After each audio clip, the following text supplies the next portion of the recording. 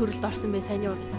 За юуны өмнө энэ сайхан уралдаан зохион байгуулж байгаа танаа сургуулийн хамт олондоо баяр хүргэе, өндөр амжилт хүсье. Би одоо анх удаага орж байна. За би бол сая албан хаагчтай ангилд орсон. Мэргэжлийн албан хаагчдын мэргэжлийн бус албан хүнд орлоо.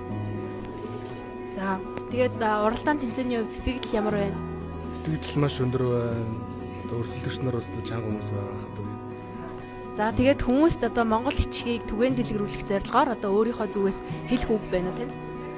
За тийм Монгол бичиг гэдэг бол одоо монголчууд бидний одоо дархлаа байна тийм. Монголчууд бидний бусдаас ялгарах, ондоорох одоо хид хідэн зүйл үүдэг шүү дээ. Түүх, соёл, хэл, зан шил. Тэр монгол бичиг бол бидний одоо дархлаа юм аа. Монголчууд бол одоо хэдэн мянган жилээр тоологдох түүхтэй ард түмэн. Энэ түүхтэй бол салшгүй холбоотой нэг зүйл бол бидний бичиг үсэг одоо босоо монгол бичиг юм аа. Тэр бид бол одоо монгол бичгийн түгээн дэлгэрүүлэх үр хойжтой өлөөлөн үлдээх одоо шаардлагатай. Тийм учраас ийм тэмцээн зохион байгуулж байгаа та бүхэнд маш баярлалж байна. Баярлалаа.